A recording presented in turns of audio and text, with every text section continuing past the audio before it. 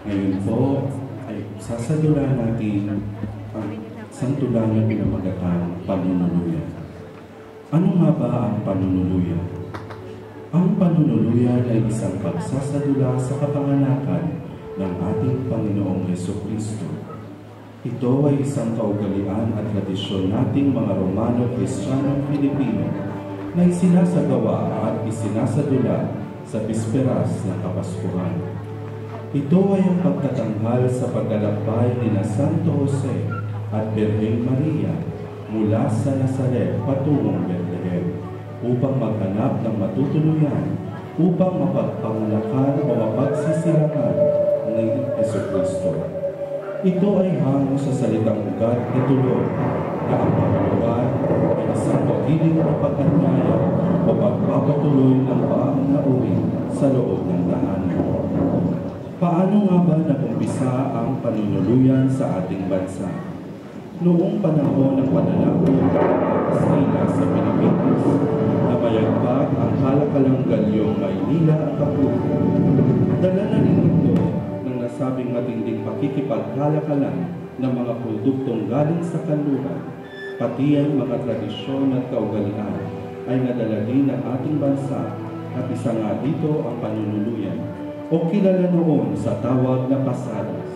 Mula sa Mexico ay nakarating sa Pilipinas ang pasadas, nangangahulugang inn o hotel.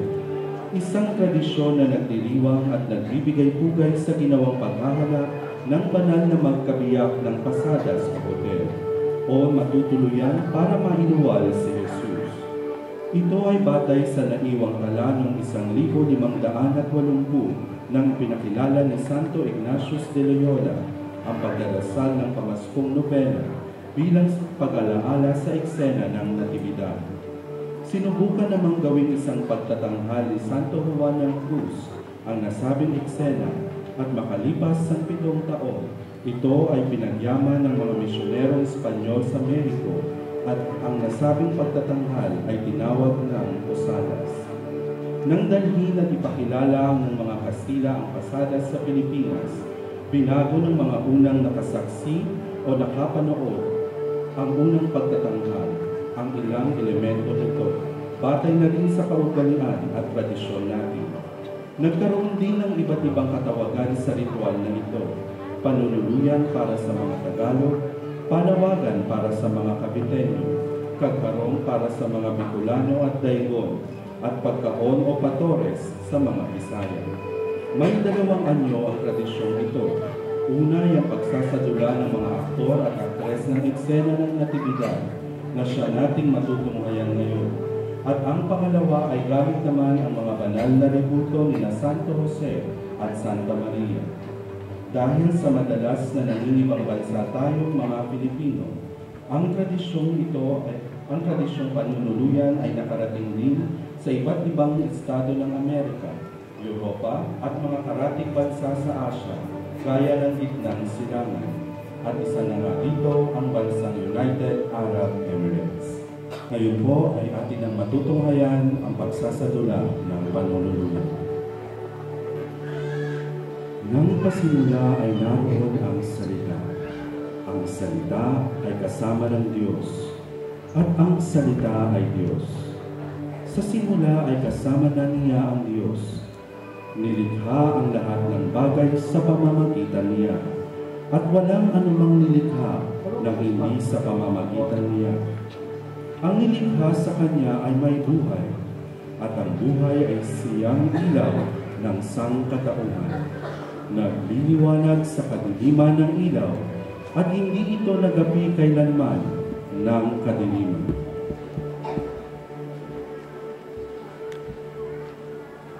Ika-6 na buwan ng pagdadalang tao ni Elizabeth. Ang anghel na si Gabriel ay sinugo ng Diyos sa Nazaret sa isang lungsod sa Galilea upang kausapin ng isang dalaga na ang pangalay Maria. Siya ay nakatakda ng ikasal kay Jose, isang lalaki buhat sa angkan ni Haring David. Lumapit ang anghel sa dalaga at binati ito.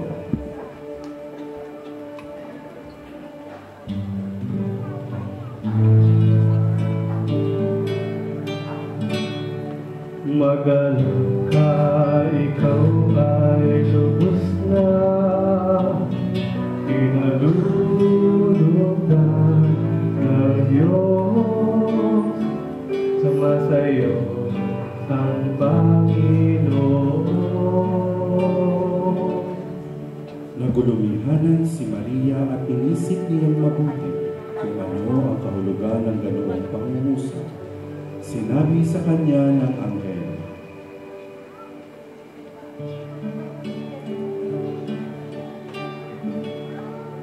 "Huwag ka matakot, Maria, sapagkat naging kalugod-lugod ka sa Diyos. Makinig ka, ikaw ay manlilihim, at magaganap ng isang sanggol na lalaki, at siya'y papangalanan mo, Jesus. Siya'y magiging dakila at tatawagin anak ng kataas-taas ng Diyos. Ibibigay sa kanya ng Panginoong Diyos ang trono ng kanyang ama, si David, upang maghari sa hanggan ni Jacob magpakailanman. Ang kanyang paghahari ay pangwalang hanggan.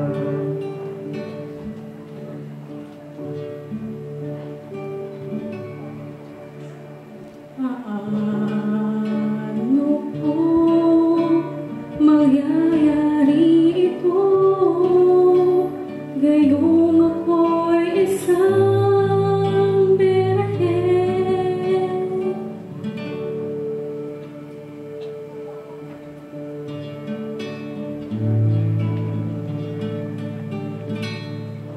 Sa iyo ang Espiritu Santo, at magpapasa ilalim ka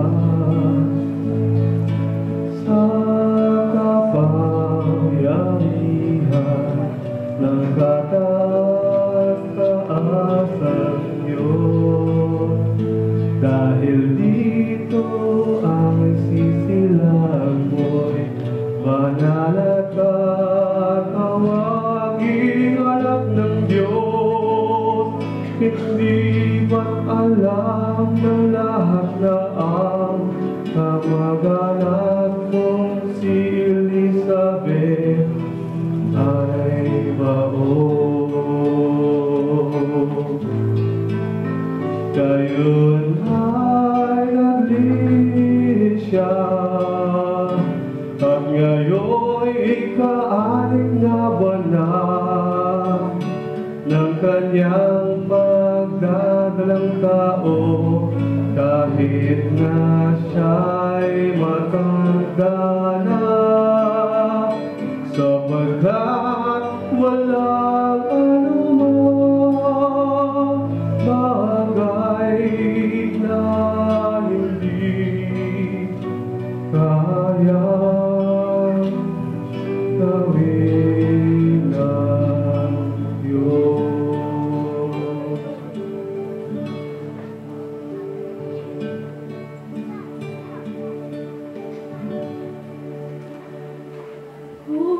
Ako'y alipin ng Panginoon, mangyari nawa sa akin ang iyong sinabi. pagkatapos lumisan ang anghel.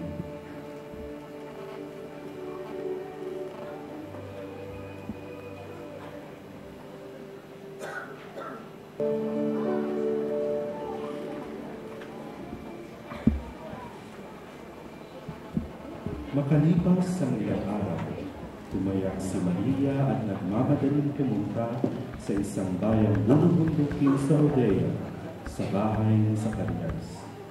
Pagdating doon ay binati niya si Elizabeth. Napasigaw siya sa galak. Biglang gumalaw ang sanggol sa kanyang sinapupunan at siya ay napuspos ng Espiritu Santo.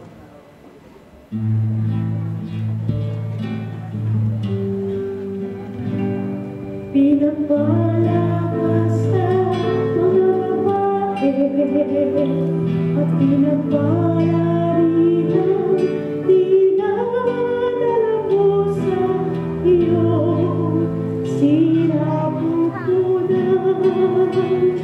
Sino ako upang dalawin ka, ina ng aking Panginoon?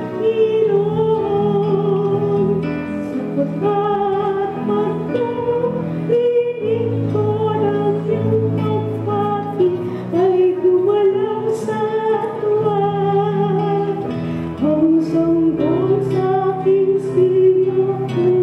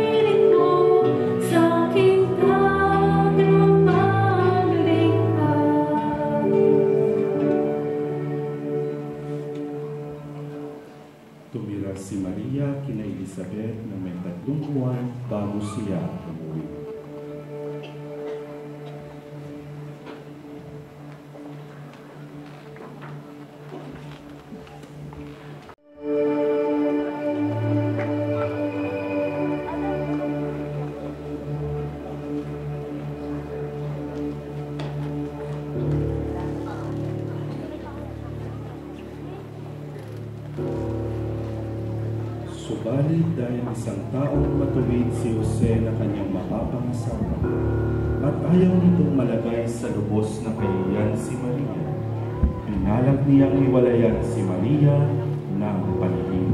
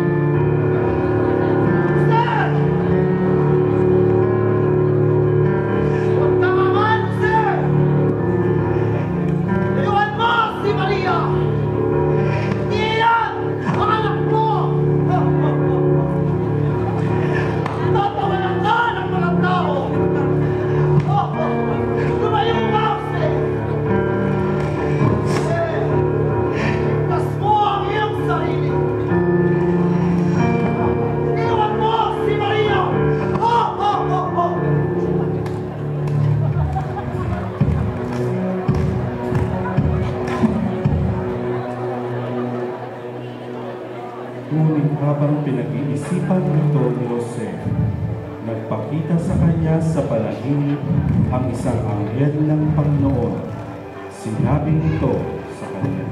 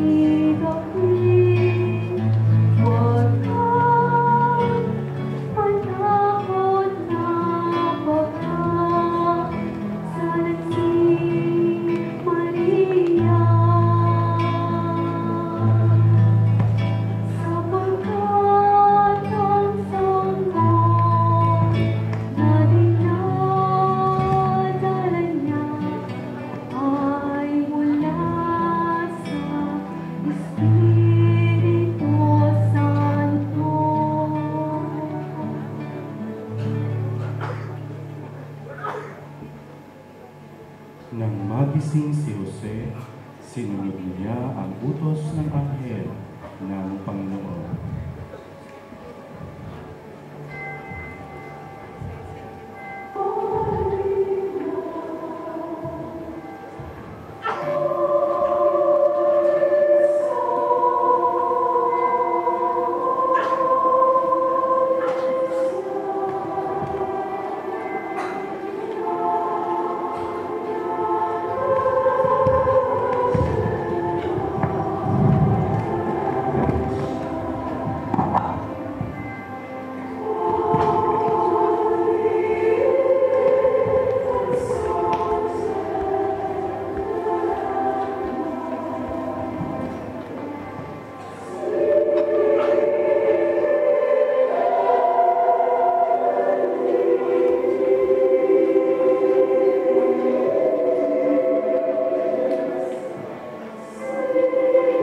Nang panahong iyon, inutos ni Emperador Augusto na magkaroon ng census sa lahat ng nasasakupan ng Imperyo ng Roma. Ang unang census na ito ay ginawa ng si Cirenio ang gobernador sa Syria. Kaya umuwi ang bawat isa sa sarili-sariling bayan upang magpatala. Mula sa Nazaret, isang lungsod sa Galilea, si Jose ay pumunta sa Judea, sa Bethlehem, sa bayang sinilangan ni Haring David, pagkat siya'y mula sa angkan ni David.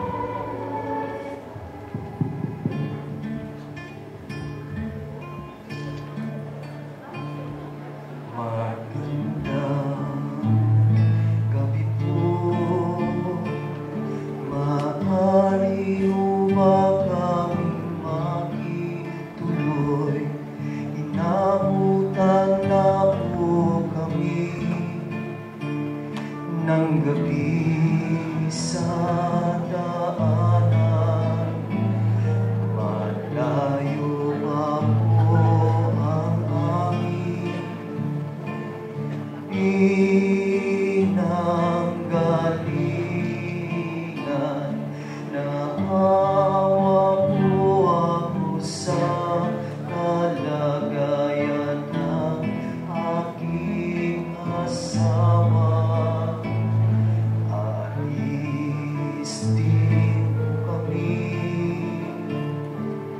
Bago sumikat ang araw,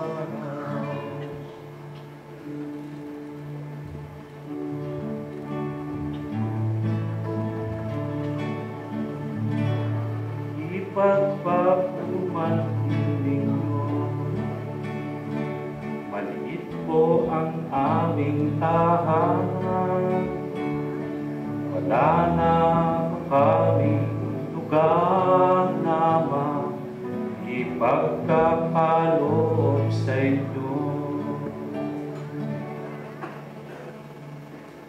Nagpatuloy sa paglalakbay sina Jose at Maria. Sa di kalayuan, may natanaw silang grupo ng kabataan.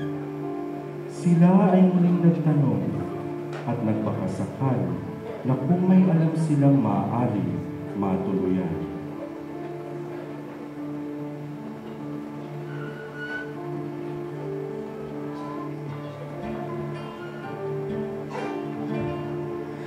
maaari niyo po ba kami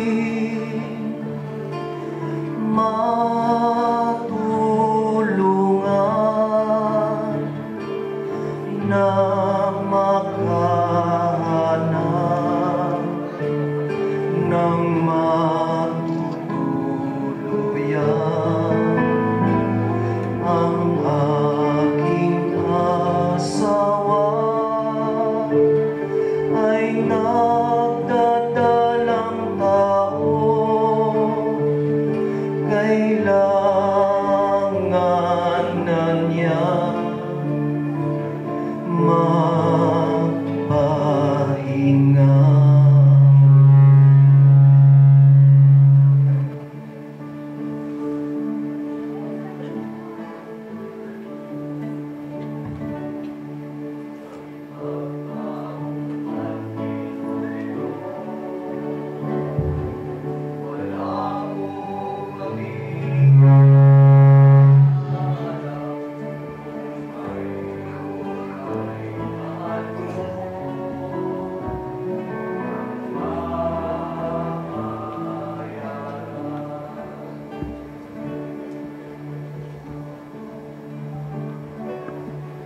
Ngunit kami mahirap at walang isang ilang. Ang magkabiyak ay muling nabigo na makahanap ng matutuluyan. Nagpatuloy muli sila sa kanilang paglalakbay. At sa di kalayuan ay may natanawan uli silang isang tahanan.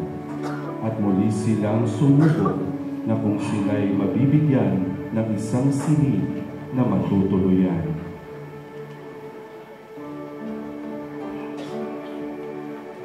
Magandang gabi po, maaari upang makitulog. Gusto kaming hamon sa maglalakbay.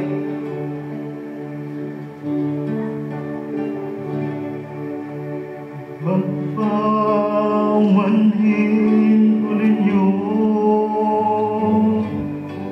Puno na po kami sa dami ng tao.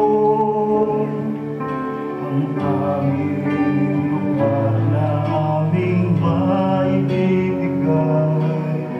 ay ang saksakan.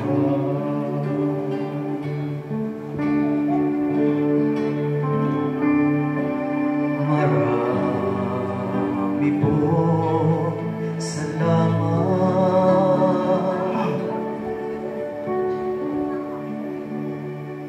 At ang magkabiyak ay tumuloy sa sabsaban at nagpahinga.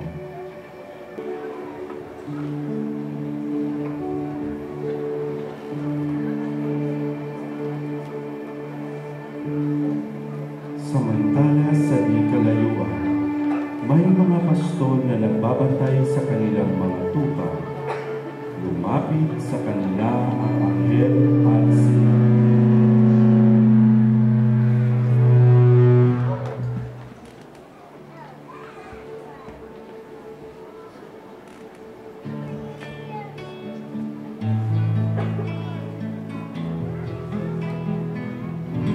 Huwag kayong matakot, ako'y may dalang magandang balita para sa inyo na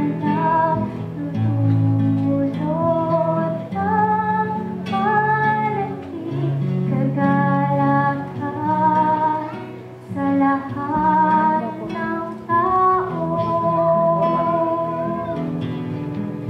Isinilang ngayon sa bayan ng David ang iyong tagapagligtas, ang Kristong Panginoon.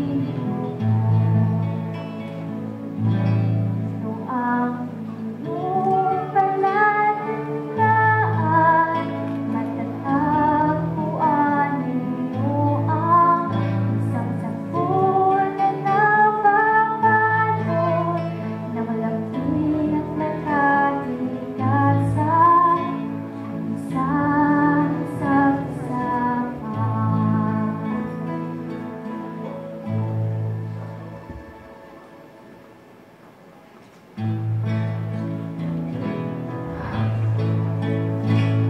Tayo na sa Bethlehem, tingnan natin ang pangyayaring itong ibinalita sa ating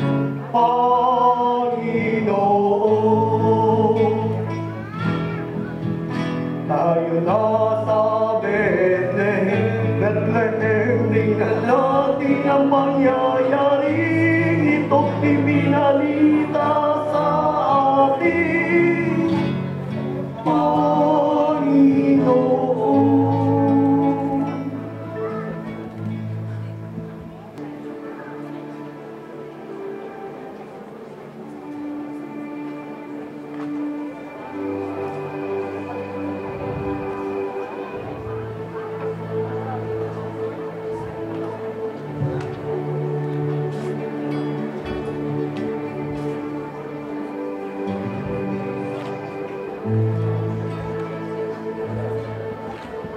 Ako'y maghahandog sa aking Panginoon ng mira.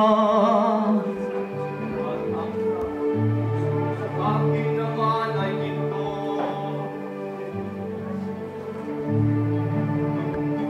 Sa akin naman ay insenso.